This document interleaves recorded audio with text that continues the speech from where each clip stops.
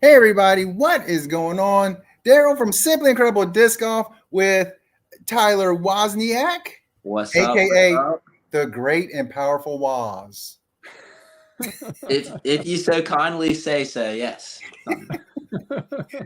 Tyler messaged me about having a guest on. Would you like to do the intro? Yeah, sure. We have an esteemed guest today, the one and only Dr. David Schary, who is my longtime friend and a sports psychologist. Has been practicing for many years, and he was my teacher when I was in master's school, and my mentor. And he is the sports psychologist for the Winthorp Athletics, Winthorp University. I know we're all familiar with that. That's where the United States Disc Golf Championship is held. Well, now you got the guy who's a sports psychologist of all the sports teams there. And anyway, with that, I'll let you kind of give a little brief synopsis of your sports psychology background, David. Sure. Yes. So it started back when I was in college. I was a rower in college. That was my sport. And when I graduated, I didn't really know what I was going to do with my life. And I kind of fell into coaching. And I absolutely loved coaching. I was coaching rowing. I was coaching at the college level, the high school level. I was coaching adults as well. And I went back to school to get a master's degree in exercise science just to further my coaching career because I really had no background in exercise science as an undergrad. So I did that. And during that program is when I got introduced to sports psychology, I guess formally. As a coach, I was kind of aware of it, obviously, and decided to switch careers and to pursue sports psychology and to see where that would take me. Went to another graduate program. You'll see this is a theme. I just kind of keep staying in school and got a PhD in exercise and sports psychology. Came to Winthorp in 2014. And kind of the rest is history. Got quickly involved with our athletic teams here, more formally involved about 2017. And then just within the last 2 years, completed our clinical mental health counseling degree program here because I started to see really the need for not just mental performance, but also mental health. And so that kind of has led me to my current position of both being a faculty member at Winthorp in our exercise science program, teaching primarily sport and exercise psychology, as well as what Tyler just said, working with our athletic teams, our athletes, our coaches, even some administrators on sports psychology and how, they can help themselves mental performance wise, but then also any sort of mental health issues that they come up with, I can handle that too. And now you're also the sports psychologist for the Disc Golf Pro Tour. Well, I don't know about that. Tyler's really my my one and only person that I've ever worked with within disc golf, but he has taught me a lot with this sport. So it's a fascinating, fun sport to watch. Well, you start at the top and it's downhill from there. That's true. That is true. Go big or go home. Exactly. How did when did you first hear about the need for sports psychology? Because for me, I remember going way back to the 80s. I'm sure y'all are way too young for this. There was Steve Sachs and Chuck Knobloch. They were second basemen. And both of them at one point, after years of playing, just lost the ability to throw to first base from second base.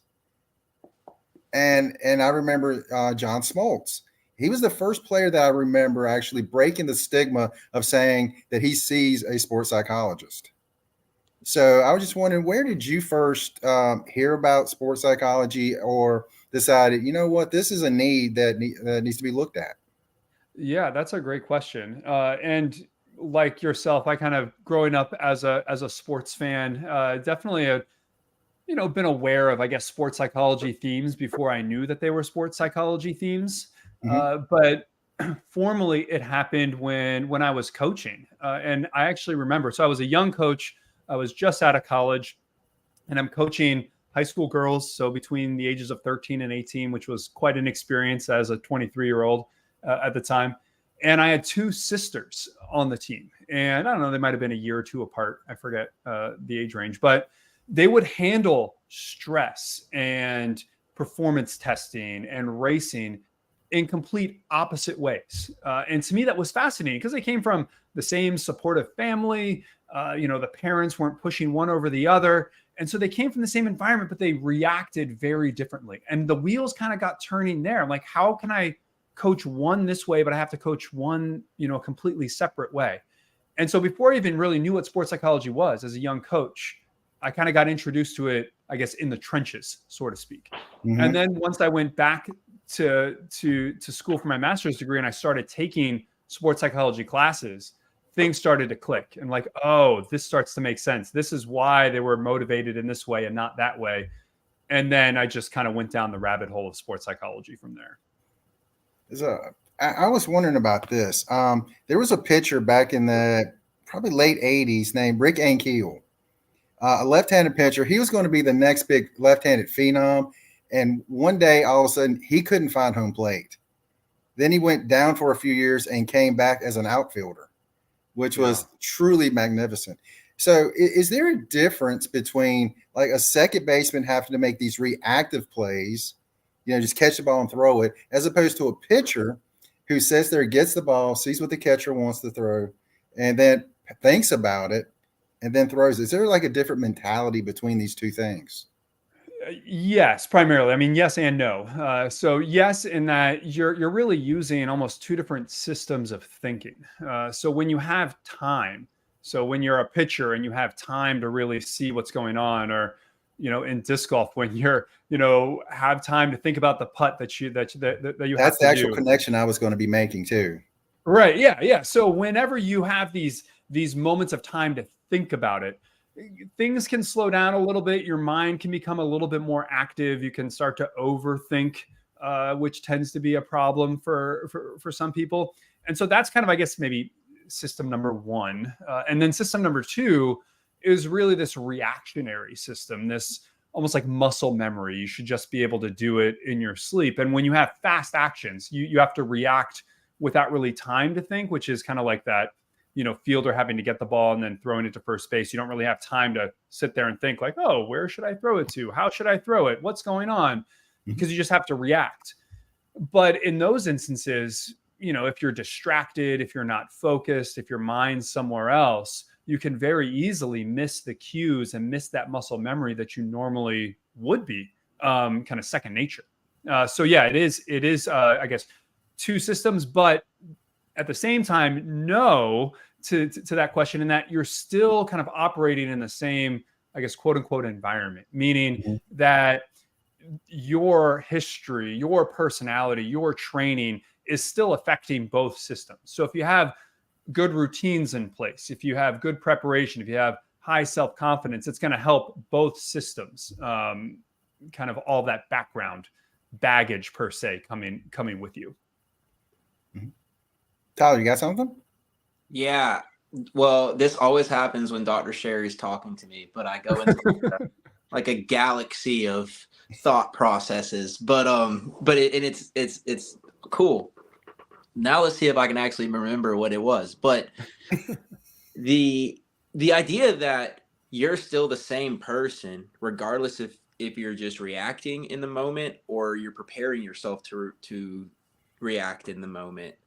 You're still the same person with the same training, the same history, the same, you're still that person. And so would that be maybe part of mentally a key towards being able to perform at the same level, both as just a pure reaction, see the target, hit the target, and then as when you're like having to wait and then get into that moment, like you're having to think about it and you have the time to overthink, is part of the key, reflecting back to that truth that I'm still the same athlete in both moments.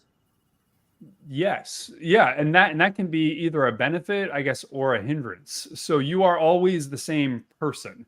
So you are taking, as I was saying before, I call it baggage, and that kind of has a negative connotation, but it can be positive too.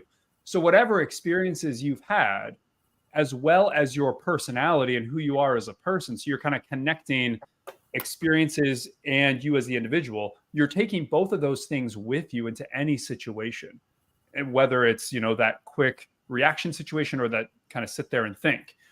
And so since you're taking both of those things with you, you are that same person in both of those times. Now, certain things might affect it. if you're in a certain type of condition, you're playing a course that you're not used to, or you're in, poor weather conditions, those things might mess with, your preparation, or might mess with your confidence. But at the fundamental level, you're still the same person. And so you're going to have patterns. So you are going to be acting the same way, in a predictable way, with all other things being equal. I don't know if that answers your question. It does. And looping back to the original question of what was the name of the baseball player again, Daryl? The pitcher that Albertson couldn't throw to home? Yeah. That was Rick Ankiel. Rick Ankiel. Mm-hmm. So with Rick Ankiel, Dr. Schary, what do you think were some of the major factors that caused that to happen for him? And then why was he more successful in the outfield when he was able to go away from being a pitcher? What are your thoughts on that? Yeah, I mean, it could have been 1,000 different things. I mean, this is kind of the hard thing, at least from my opinion. It's hard to really label, this is what the problem was from an outsider's point of view. There could have been many things. It could have been that he had a series of mistakes leading up to that. It could be that the pressure of the situation just became too much for him to handle, and he started to overthink. It could have been something completely unrelated to baseball that was affecting him as well, just something outside in his life. And then when you get moved, and you kind of get moved to a different situation, it's almost like a shock to the system. So again, if we think in patterns, so if I'm always playing the same position, and I kind of get into this expectation of, okay, when I play this position, this is what I do. And every time I'm in that position, I'm gaining experience. And if it's a good experience, it's kind of boost my confidence and boost that ability to perform well.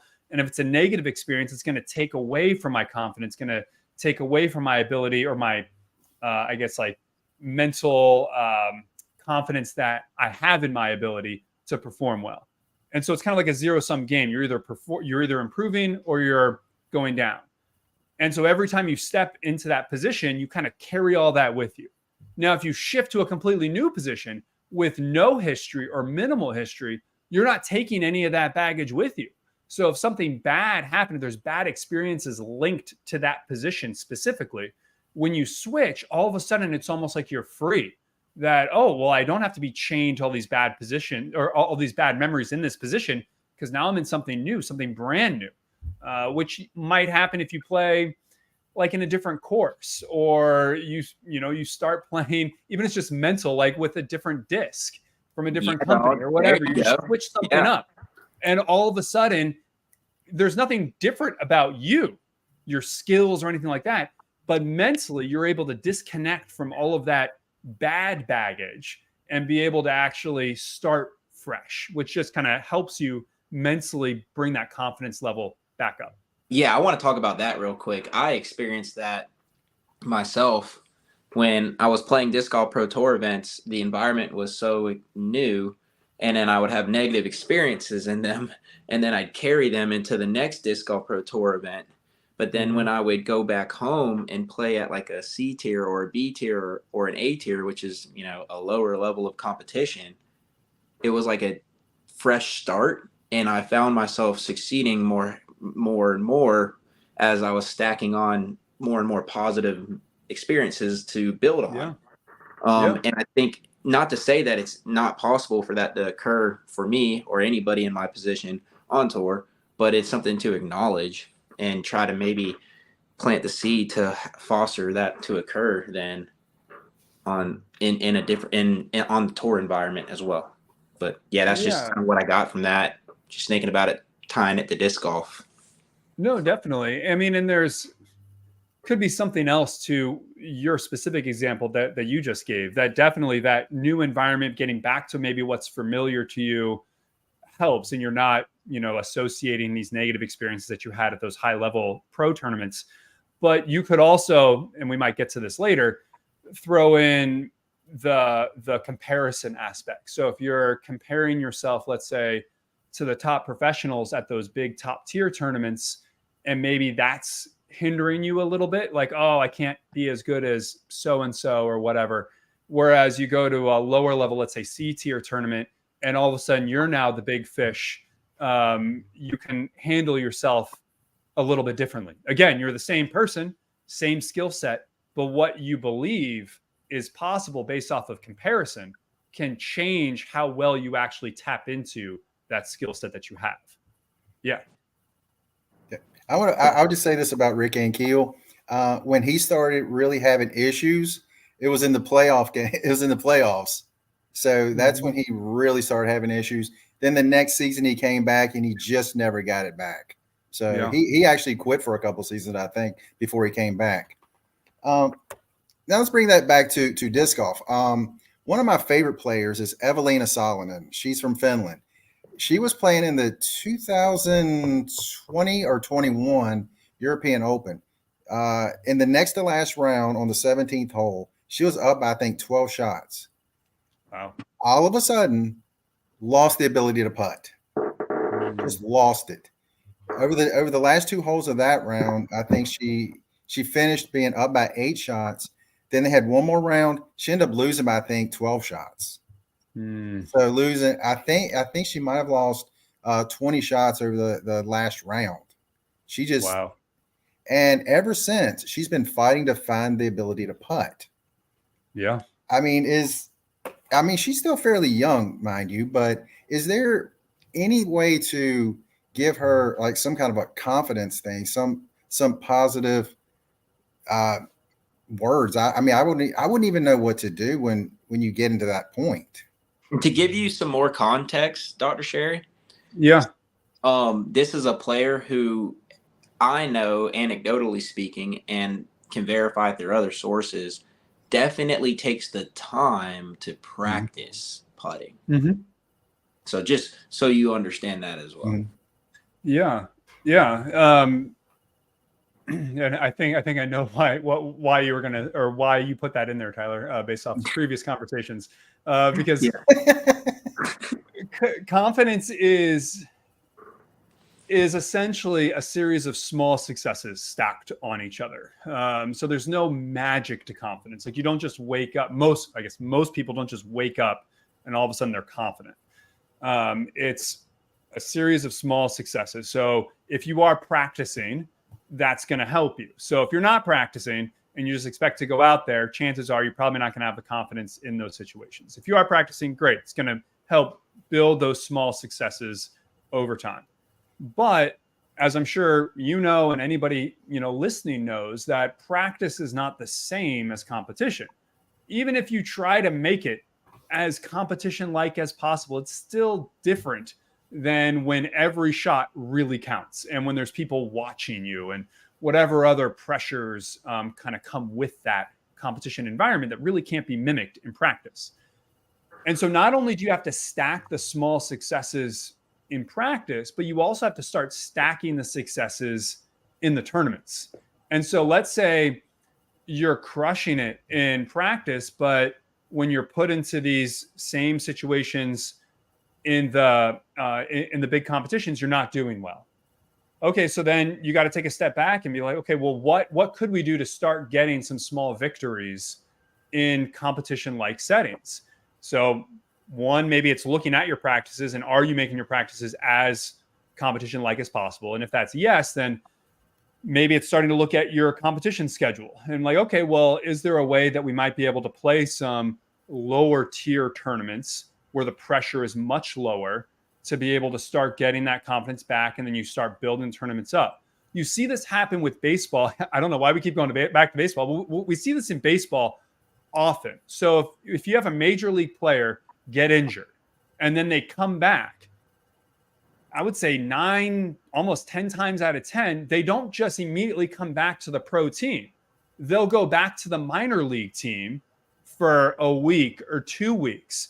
If they're a pitcher, they'll get a few starts and maybe they start out at the AA and then they go up to AAA and then they come back because they're stacking those small victories. They're starting to kind of get their groove back, work out the kinks in lower levels of competition where they should definitely kind of dominate, kind of like what you were talking about earlier, Tyler, being more comfortable in C tier tournaments because you're the big fish.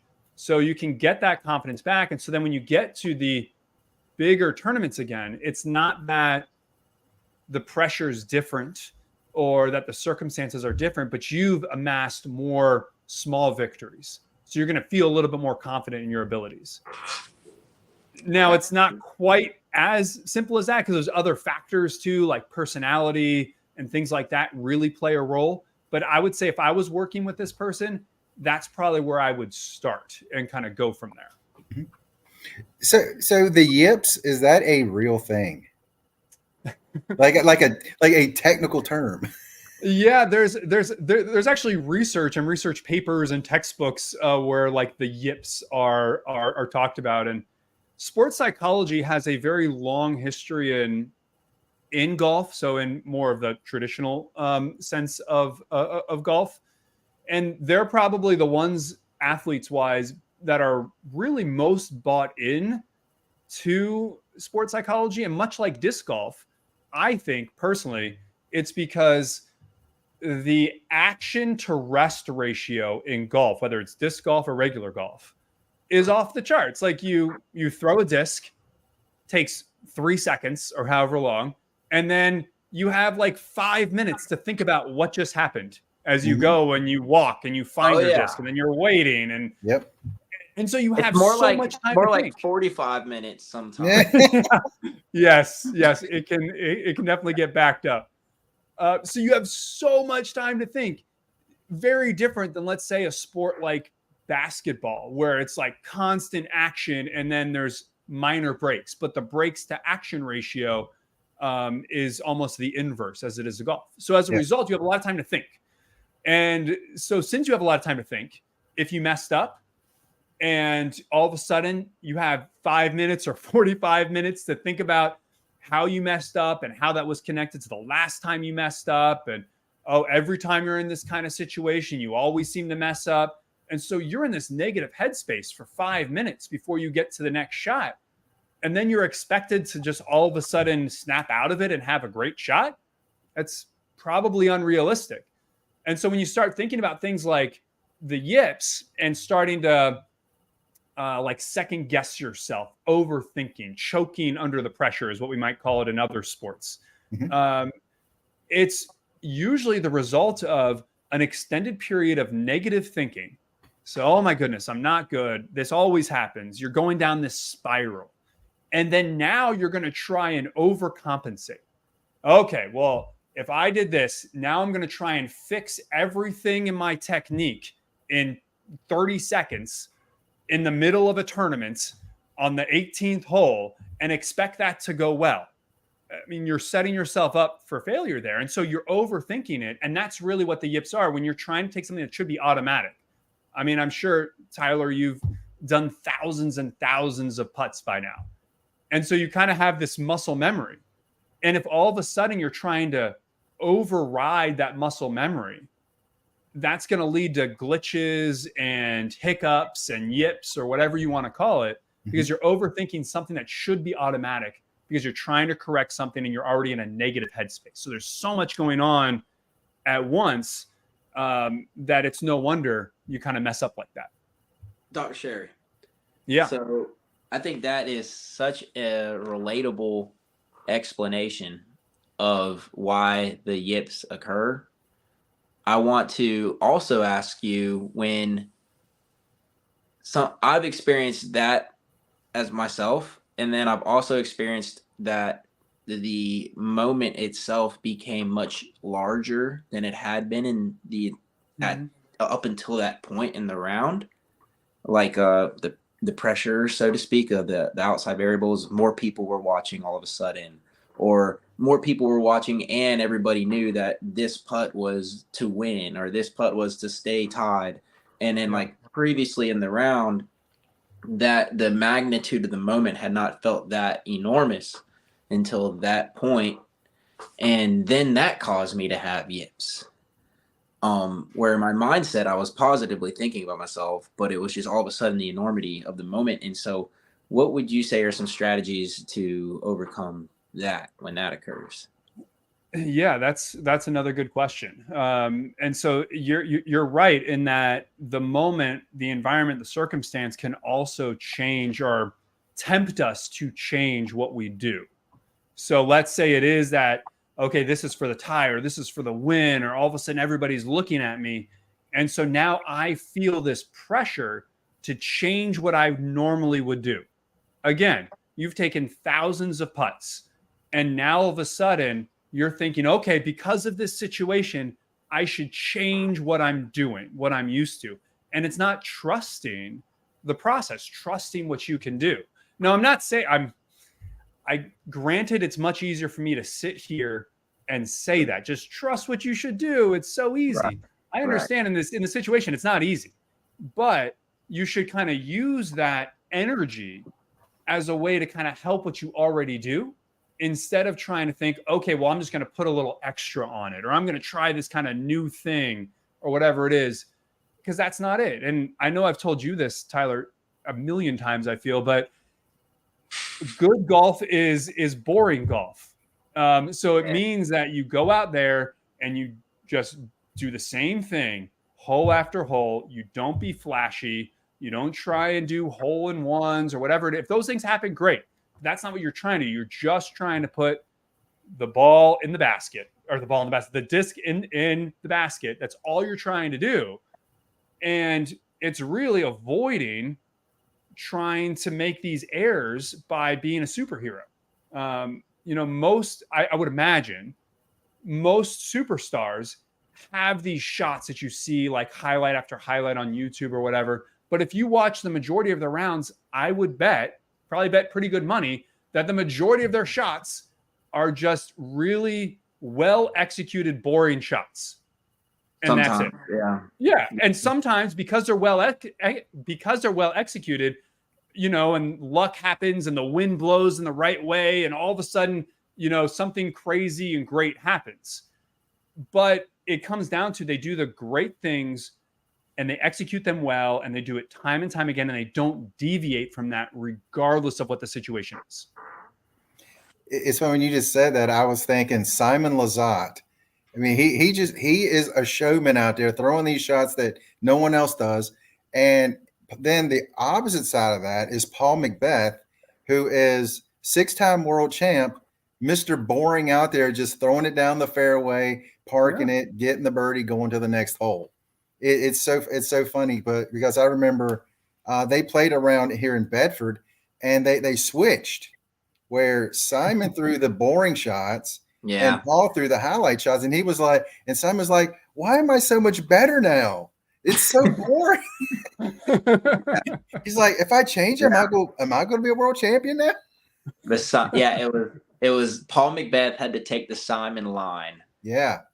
That's what they call them Simon lines, because of how impressively ridiculous they are. But they instead of hitting just throwing straight down the middle, you'll throw it up over a tree and have it come back down. Well, yeah, and that's why I said for most people. But my guess is he's doing that the majority of the time. He's not waiting till the 18th hole when it's all on the line to try and do this impressive shot around a tree. That's what he's doing all of the time. And so it's impressive, but he does it all the time. So that is his second nature. And so that's kind of what I would come back at. It's like, yeah, it's impressive, but if that's not your game, don't try to imitate that. And I would say that's probably more the exception. So anybody who's kind of, growing up and trying to be a great disc golfer, if that happens to you, great. But I would say that's probably not the norm. And most people would do better just to focus on the basic mechanics and do that really well over and over again. Well, after he kind of dumbed it down a little bit, he's actually improved a lot. Yeah. I mean, he was a great player to begin with, but it's just he improved a ton just after that. Is there a clutch gene? Because again, I'll go back to Paul McBeth. He's 6-time world champ, and it's just he makes shots in the clutch that no one else does. It's incredible. Yeah, and I would say yes and no. So I don't think that there's like an actual gene we could isolate and identify and say that's the DNA. one.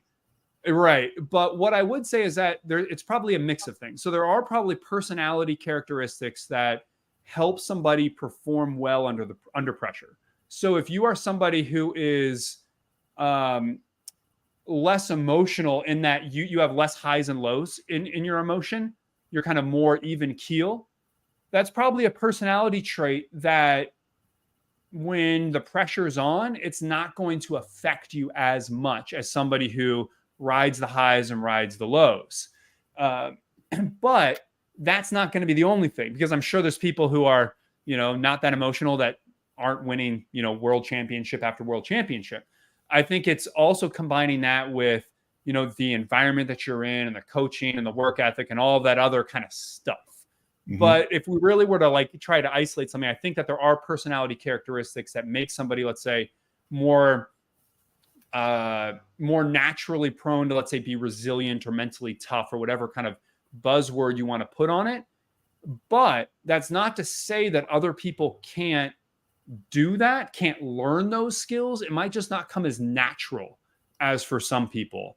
And so it takes more work, and it may not be as consistent as those that are just kind of born with it. And I kind of equate it to athletically, some people are taller or have longer limbs. I'm trying to think of the mechanics of disc golf. So there's probably biomechanically things that give people an advantage in disc golf, and they're just born with that. And that's great. And they're going to be able to throw the disc much farther than somebody who doesn't have those natural physical abilities. It's not to say that the person who doesn't have those things can't work to become as good of a disc golfer, but they're at a disadvantage physically to start with. I think the same thing can be true psychologically, in that we have certain characteristics that give us an advantage over others, just like we have physical gifts. And it's not that we can't overcome those if you don't have them, but you just have to work harder, and it may not be as easy, and it may be hard, and it may not be as consistent as those that just naturally have those gifts. Do you think I know this will be going to other sports, but there's some people that are just naturally gifted, and then when they get to the top levels, it's like they've coasted their whole life, and then they can't get the motivation to step it up. Is there any way to, at any point, maybe motivate those players to actually work as hard as the people that have had to bust their butts their entire career to get to that point? Yeah, the number one draft pick that fails compared to the person that was never drafted becomes an all-star. Yeah. Oh, yeah. And I think that goes back to the environment that people grow up in, and we see that a lot at the college. Well, I see that a lot at the college level, where every Division I player, and Winthrop's like a mid-major Division I, so we're not out there getting the best recruits in the country, but even people who come to Winthrop, everybody who was there was the best on their team. Yep. So everybody was the best on their team, or the second best. Everybody played all of the time. And then they get to a place where they're on a team where that was everybody, and not everybody's going to be able to play. And now all of a sudden, those people that were naturally gifted, that didn't have the natural gifts paired with the work ethic, all of a sudden now they can't just coast on their natural gifts, because everybody has those same gifts or very close to it. And so if you didn't have that work ethic or that environment, that kind of conditions to really fuel an intrinsic motivation, you're really going to struggle. And it's not that you can't build it, but by the time you get to that elite level, it's really hard, because now you have to fight against guys or gals that have had that work ethic and are paired with that elite gifts. I think, again, kind of making comparisons to other sports, I think the NBA basketball, the late Kobe Bryant was famous for his work ethic. And Kobe Bryant was not the most naturally gifted NBA player, but he would outwork anybody in practice and in games, or what, nobody would outwork him. He had that mindset. And as a result, he was able to overcome people who were much more physically gifted than him. And so what do? It really comes down to that individual. And you kind of have to have a heart-to-heart with that individual on, if you really want to get to this level, these are the things you have to do. These are the sacrifices you have to make. These are the things you have to put in. These are the routines you have to do.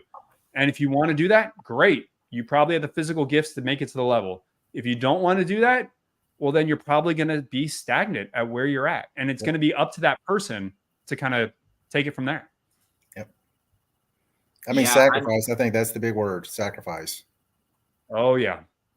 For sure. I know that, personally, Dr. Schary has served as my sports psychologist, counselor, someone I talk to. And we don't really talk too much about our feelings, but we talk about our feelings. But he tells me these types of things, and it has definitely made a tremendous impact on me.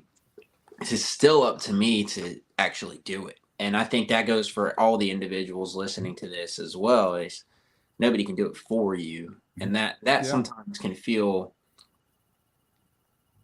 like, I think sometimes it feels like you can come up with excuses a lot too. And so how do you manage, like, are some excuses valid, obvious, or is it more so find a way, no excuses? What would you say to that, Dr. Schary? Yeah, that's a good question. And I would say it depends. And it depends because to reach certain levels, there will be sacrifices. And I remember, Tyler, our first conversations when you were talking about wanting to be a professional. And we broke it down like, okay, this is going to be a sacrifice. And these are the ways you're going to have to sacrifice if you want to make it to this level. And you have to be okay with paying that price. Yeah. And if that's truly your goal, you have to be okay with paying the price. And the price is going to be different for every person, which is why I say it depends. Because again, if you think of like physical gifts and environmental conditions are different for everybody. And so if this is your goal and personally, individually, these are the sacrifices I will have to make to reach that goal, and you have come to peace with that, and that's what you want to do, then I would say any excuse that goes against those sacrifices and are still within kind of the realistic agreements that you've made with yourself are not acceptable if you really want to make it to that next level. Obviously, there's things that come up in life and whatnot that you would take into consideration, but really, if you've made those sacrifices and you're honest with yourself up front, then I would say no, there isn't really a good excuse. But at the same token, you also don't want to be pushing hard and hard and hard and hard all of the time. You need to make sure that you remember that you're a human being and you're not a robot or a machine. So there's going to be ups and downs naturally. And so it's kind of taking an honest self-reflection of, am I doing everything I can, given the circumstances, to make it to this goal? And I think that's the only person that can answer that is you as that individual. I can, let's say, make an observation, but I don't know really what's going on truly. Only you can know that. And so that's only a question that you can answer. If that answers your broader question there, Tyler. For sure. And is it okay then to acknowledge that perhaps there's certain sacrifices you may not be willing to make? 100%. Yeah. I mean, I think that's the whole thing. I mean, again, I hate to always reference back to our previous conversations, Tyler, but we've talked about this. Whereas if you want to be at the upper echelon of whatever, whether it's disc golf or anything else in life, to be at that top, let's say 1%, is not easy. And it takes a lot of sacrifice. It takes a lot of sacrifice to get there. And then once you're there, it's going to take a lot of sacrifice to stay there because everybody else is coming for you. And so if that's not what you want to do, it's perfectly fine. It's perfectly fine not to want to be a 6-time world champion and you just want to be somebody who's really good regionally, or you just want to be the weekend warrior who has fun. You just kind of want to improve, but you don't want to be a pro. Like, that's fine too. I think what it is first step is to be honest with yourself of like, where do you want to go with this game? Is it recreationally? Okay, great. You have a lot more leeway in what you do and what you don't do. If you want to be kind of a top amateur, okay, a little bit more sacrifice there. You got to make sure you get in the training. You got to make sure you're kind of a little bit more of a routine. If you want to be a professional, okay, you got to ramp it up, dial it up. If you want to be a top professional, a sponsored professional, somebody who can really make a living out of this, that takes a lot more sacrifice and a lot more discipline. One thing I saw one time, and I can't remember who it was, but they said a long time ago they made an actual contract with themselves, and I mean wrote it down, which to me is a big thing, is writing stuff down and putting it where you can see it. And he said, he's like, anytime that I wanted to quit, I wanted to, do something else, I would see that contract, because he would have it. He said he had it on his refrigerator. So he saw it every day. He's like, if I want to live up to this, I've got to do it. If I don't, I'm breaking the contract with myself. Mm-hmm. But he also had an accountability partner too. So I think that's a big thing as well. Oh yeah. I mean, I think it's important to know yourself and what you need. And so there's some people, I think of like the David Goggins in the world, if you're familiar with him, this kind of ex-Navy SEAL that just has this inner drive like I've never seen before. And he doesn't need an accountability partner. Has all the motivation anybody could ever need. But most of us are not there. Most of us need things like a significant other or a good friend or a teammate or somebody who can hold us accountable. Doing a written contract is a great thing, especially if you are trying to reach kind of those upper levels of knowing these are the sacrifices I need to make, and I'm going to put it down on writing. And I agree with you, Daryl. I think there's a lot of power in putting your thoughts down on paper, whether it's physically writing it out or typing it out and then printing that out, because it really makes it reality. It's no longer just a thought in your head. It's like a physical thing that you can see and that you can touch and you can feel, and it makes it more real. And especially if you can put it, on your fridge or on your mirror or something that you see it every day. It's in your face all the time. What somebody once said when I trained martial arts, without a plan, a goal is just a dream. Yeah, that's it. That's good. And I was like, wow, that's powerful. That's very powerful for me. Yeah, that is cool. Good. Cool. All right. There was one thing I wanted to ask you about, Dr. Schary, in terms of disc golf. And that was what you would say, and this is just for the listeners and people that find themselves in this situation when they're playing disc golf.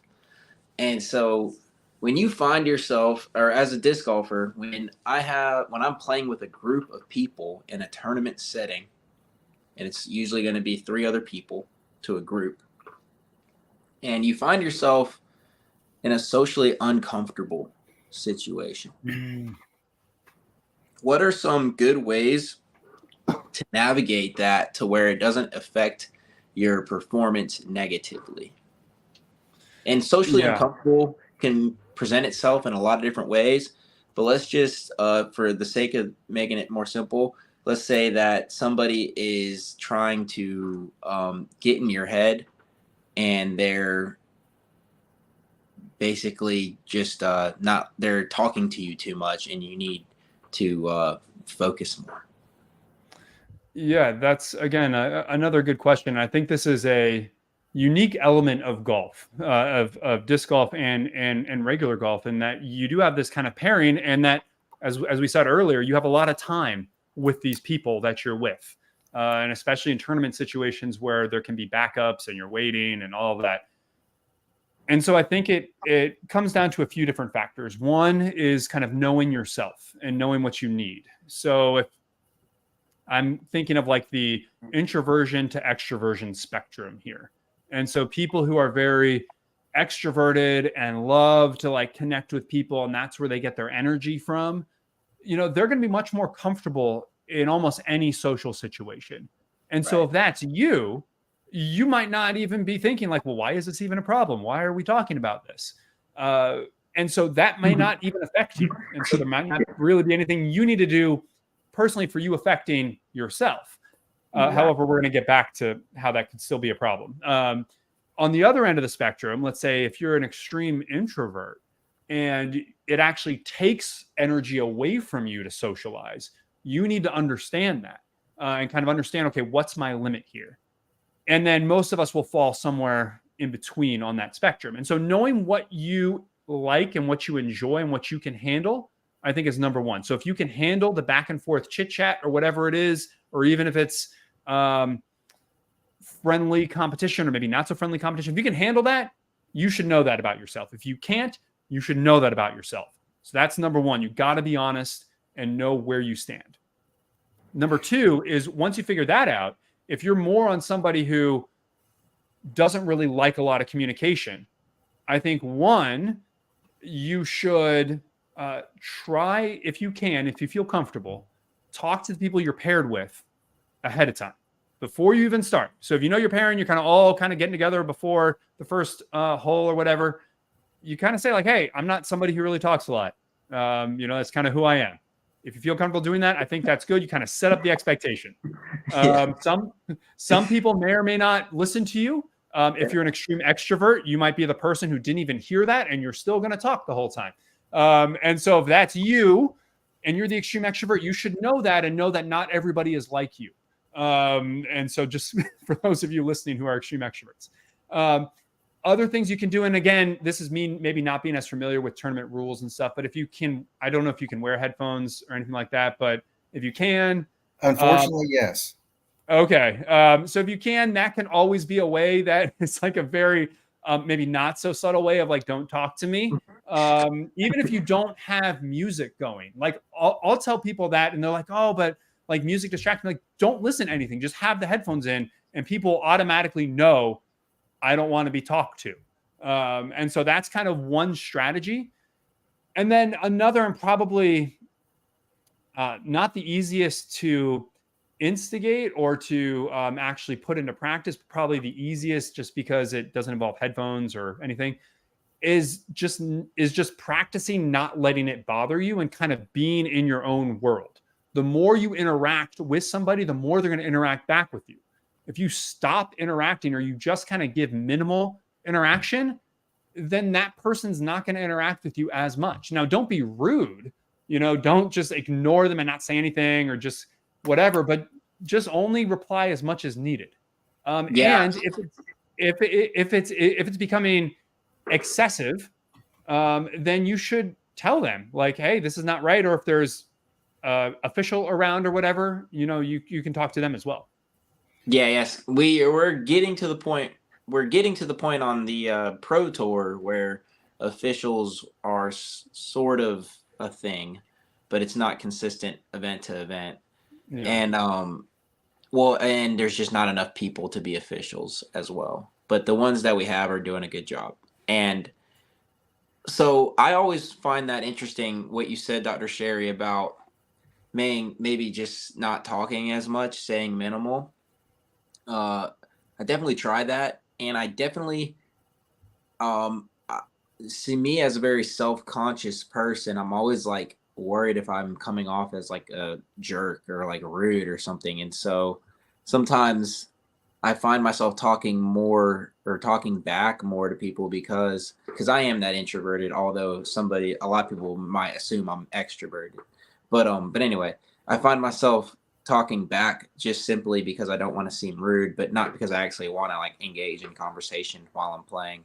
Yeah. And I think now I know why you talked to me at the first tee. It all comes together. Want to be rude, Daryl. I promise. I just wanted to talk to you, but that was before the round started. That's hilarious. Yeah, but anyway, that's funny. Yeah. Oh shoot! Now I don't know what I was saying, but my bad.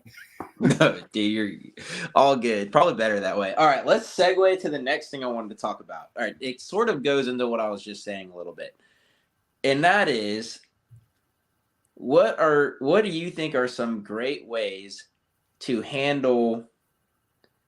Now, this is kind of a interesting topic. Some people have different opinions about it, but handling the onset of like somebody having a panic attack in the middle of competition. What are some of your professional perspective on that and advice and slash, yeah, go for it. So if you are the one having the panic attack, or you are with somebody who is having a panic attack? Maybe both. Both? And you're in a sporting event. Yeah. So this is not maybe as uncommon as you might think. A lot of athletes I work with at Winthorp, one of the things that actually finally got them to me was because they had panic attacks. Generally, athletes don't come to somebody like me until it's like the end of the line. Like they've tried everything else. That didn't work. So now they come to me. And so panic attacks are kind of one of those things. I would say panic attacks do not just come out of the blue. Again, for most people, panic attacks are the result of something that has not been dealt with that has eventually like boiled over. So I kind of think of it like a pot. So a pot of water, there is, and if the water is like the emotions that are there, those emotions are there. And if something hasn't been dealt with, and that pot is like all the way to the top, and all of a sudden now you added heat to it, which is the competition, it's going to start boiling over and stuff's going to start coming out and whatever. There's a lot that's there. And it could have been something that didn't even mean anything.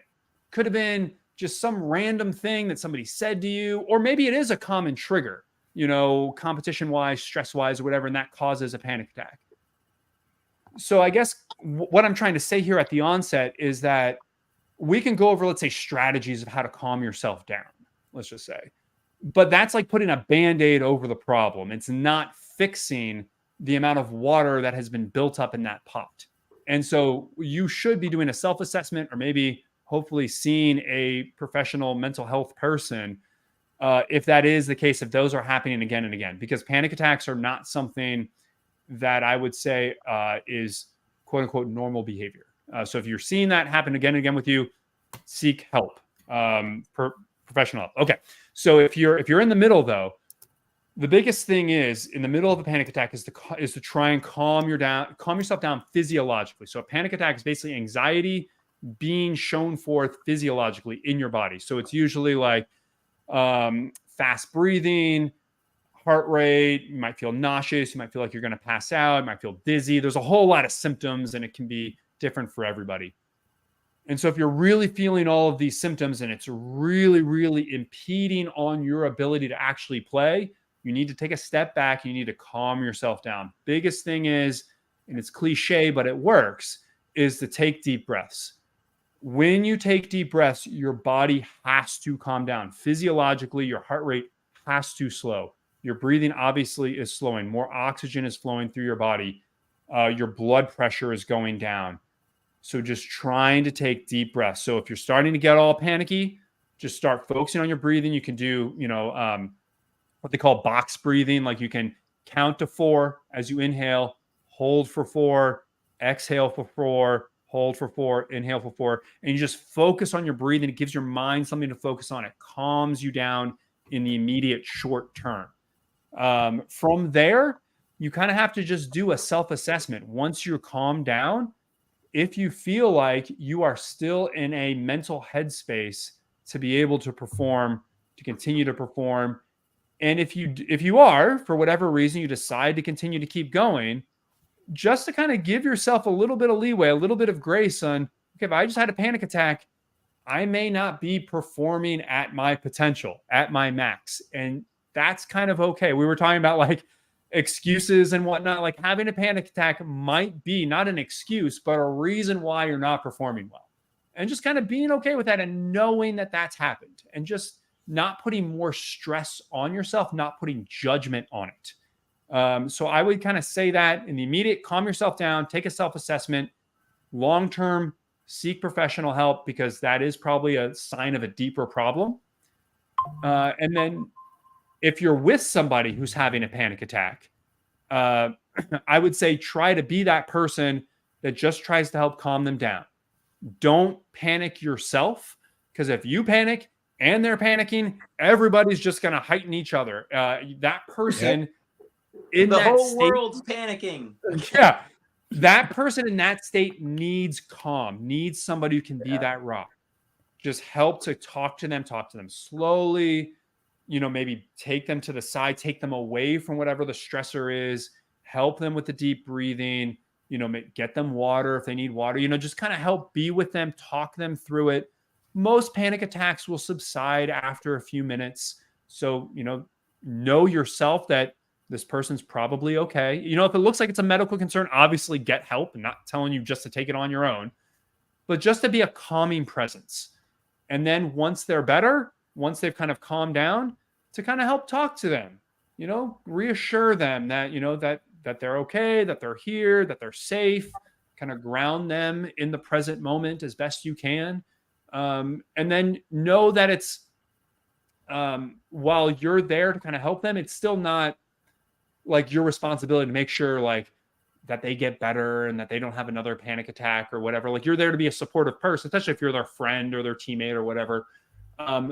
But you should also be encouraging them, especially if you've seen this happen before. Mm-hmm. Okay, hey, this happened again. Maybe we should see somebody. Maybe I can help you with that.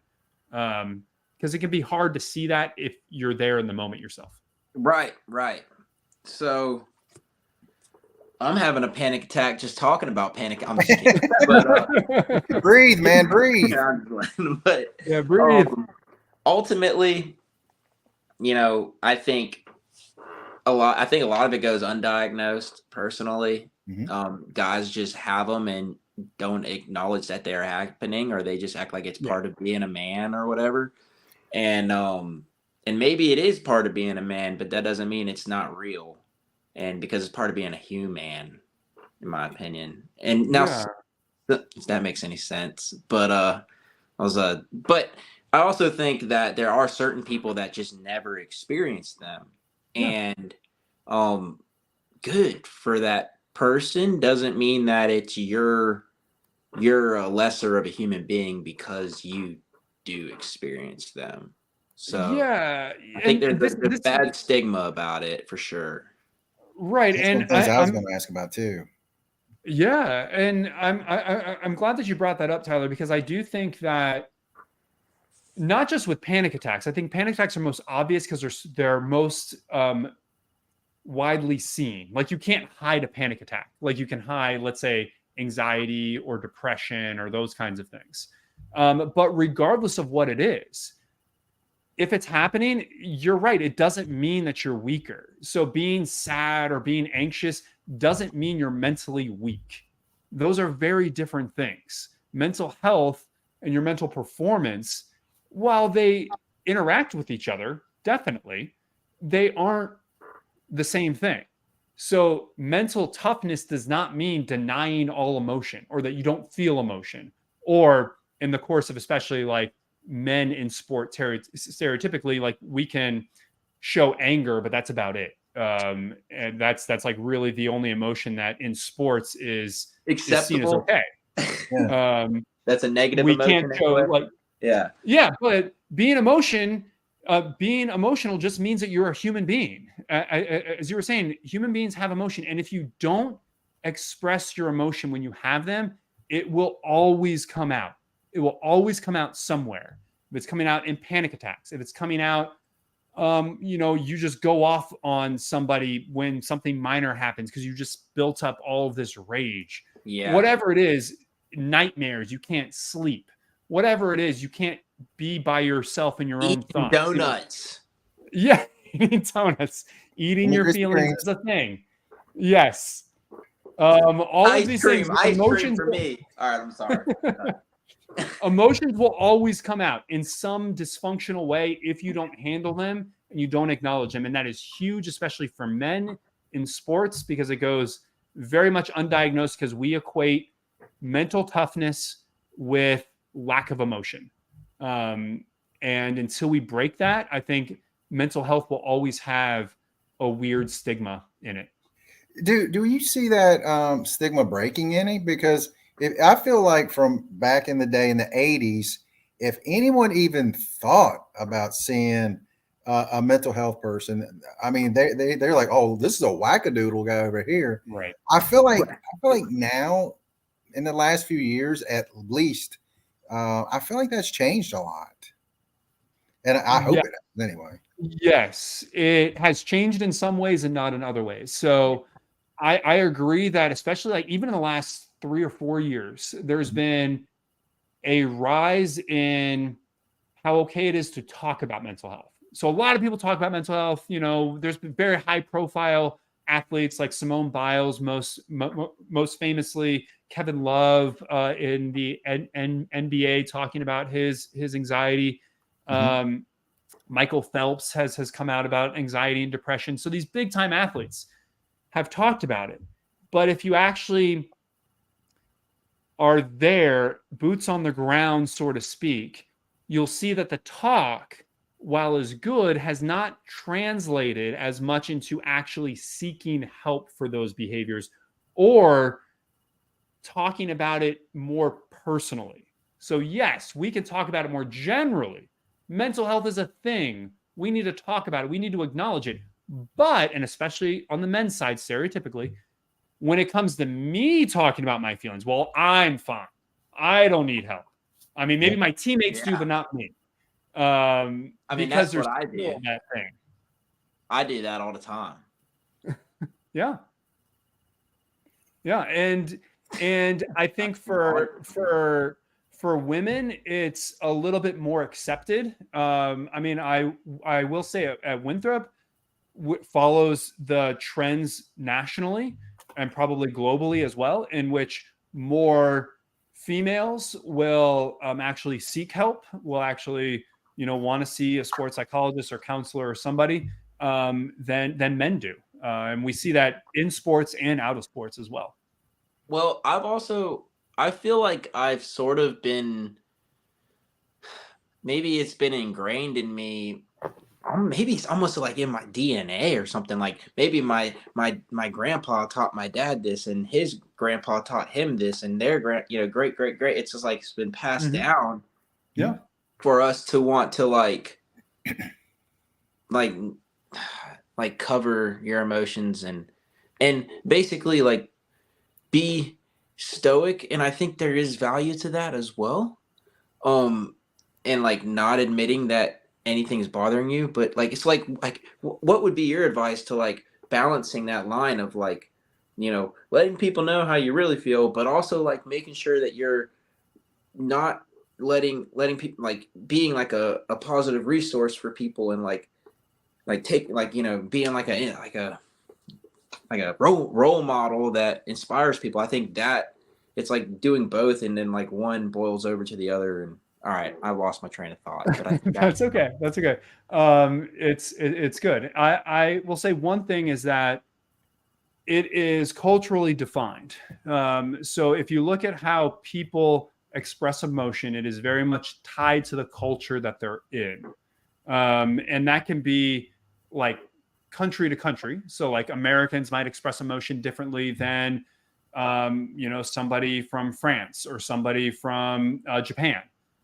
However, it's also regionally within a country. So the way people act in the southeastern part of the United States where we are is different than where they would be in the Northeast or on the West Coast.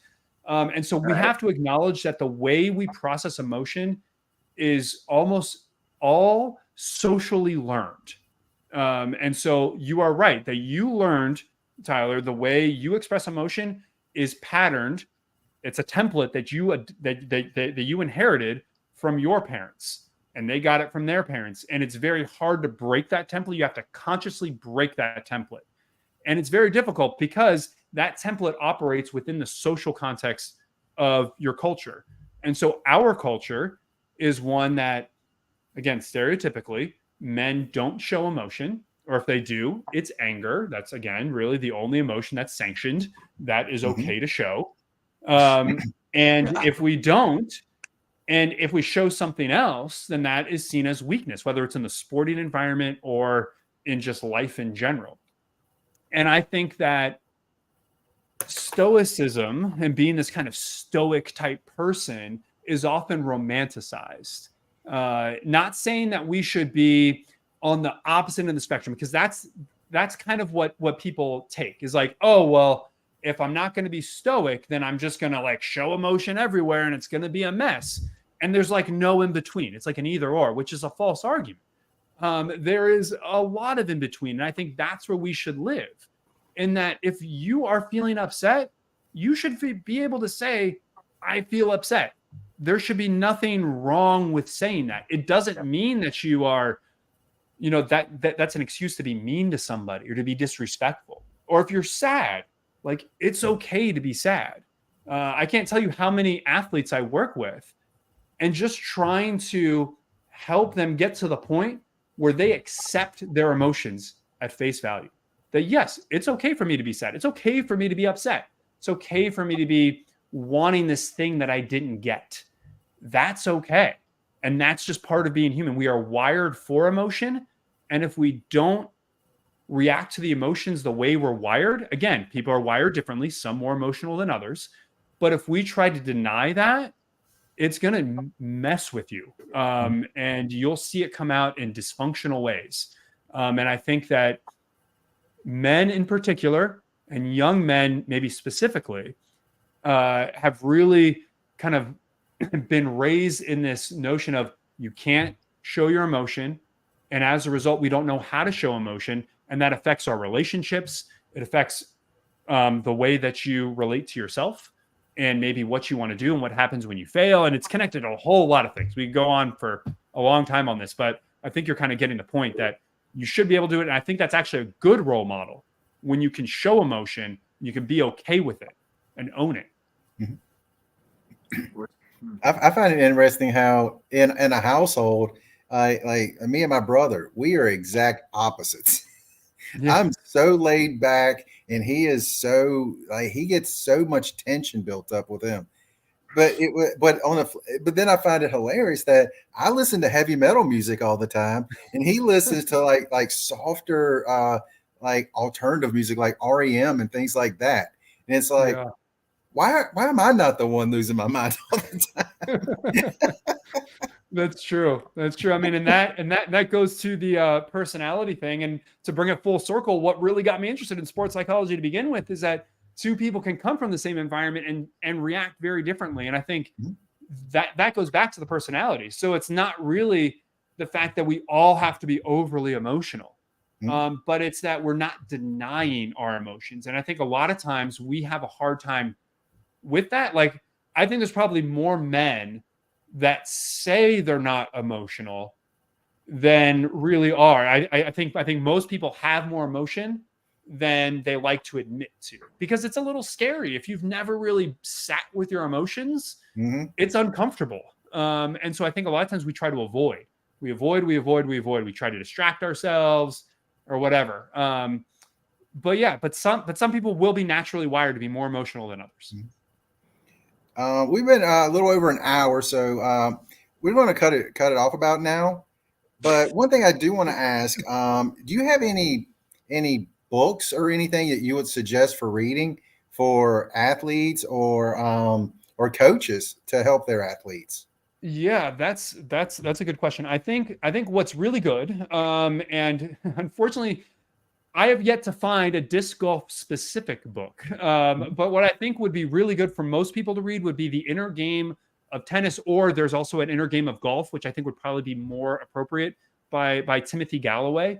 And you can really substitute it in any sport. The principles are really universal. And I think he's written 4 or 5 different versions for different sports and things. But I think that's probably a very good book because it goes into those 2 different minds that we talked about before, the mind that really likes to control and the mind that just kind of goes with the flow. And it kind of shows how those 2 minds develop and how you can really move from that over controlling mind into that mind that really can just react and just trust themselves. So I would kind of recommend that. It's an easy book. It's not technical, doesn't have a lot of like academic jargon in it or anything like that. So I think that's a really good book. And then what I would think is, I guess another good one for just like kind of tips within sports psychology is a book called Mind Gym. I'm blanking on the author. Oh, I'm forgetting the author, but Mind Gym, it's kind of one of those that's like a good introduction to the world of sports psychology. Again, not a lot of technical jargon, just kind of has a lot of good tips and strategies and things within it as like resources for you. And then just reading as much kind of psychology as you can take, and not just within sports psychology. I think there's a lot of good lessons you can learn. You know, Malcolm Gladwell gets a lot of slack, but I think a lot of his books are good too, like Blink and Tipping Points and those things that really kind of get you thinking differently. Malcolm Mind Gym and Gladwell. Athlete's Guide to Inner Excellence by Gary Mack. Gary Mack. That's right. Gary Mack. Okay. Yes. What you got, Tyler? that was just saying Malcolm Gladwell. Malcolm Gladwell. Yeah. Yeah. His stuff is good. I mean, again, people have some criticisms of him. I think he's a great author, and he really presents things in unique ways, which just gets you thinking differently. And I think that's the biggest thing with sports psychology is we get so wrapped up in our everyday patterns that we forget to think differently, or that we can think and act differently. And I think that's the biggest thing. Once you can start thinking for yourself and thinking that, hey, I don't have to keep doing this, that's 80% of the work. Yeah.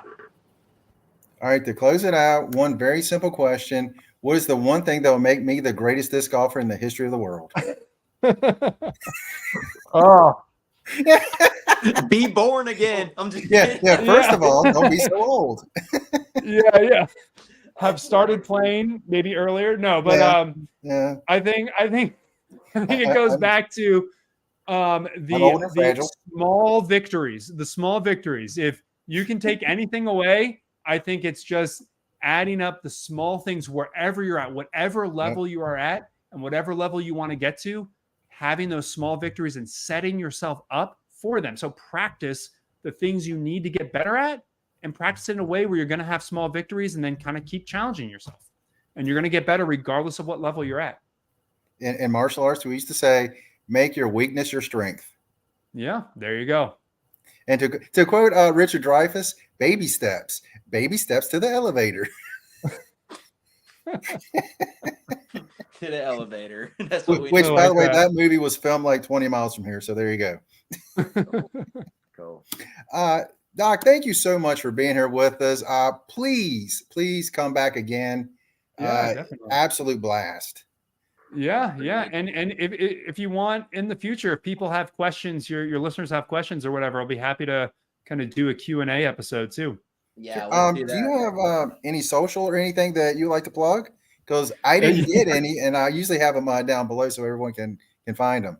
Yeah, I'm glad you said that. Based off of Tyler's encouragements over probably a year, I have finally launched a Instagram site. Now, like, I have just launched this, so I am still in the process of getting it going, but I have some good content that is going to be posted within the next few days, and it's my name, David. What's that? Oh, I was going to say, follow you. How do I follow you on Instagram? Yeah, I was just about to give you my handle. So it's David Schary Ph.D. So David Schary Ph.D. You'll be able to find me on Instagram. Don't judge me on the profile yet, but there will be some good stuff coming very soon. Well, is your profile picture the one that I got for the? Yes, that is the same profile picture. Okay. I might judge a little bit on that one. He looks good. What you talking about? I know. Well, I will say this. I went to the Winthorp page and I was like, well, that's a great picture. I should use that one. Cool. But I had a great time. Lots of knowledge. I hope a lot of people come back, watch this, and learn a lot. And definitely, I will ask people for Q&A for a future time. Yeah. That would be awesome. Yeah. I'd be happy to do it. Awesome. Well, to everybody listening all over the world, thank you for tuning in. It's been a great pleasure to speak with my friends Daryl and David. And thanks again. Yeah, thank you. That's all we got. And you guys have an incredible day.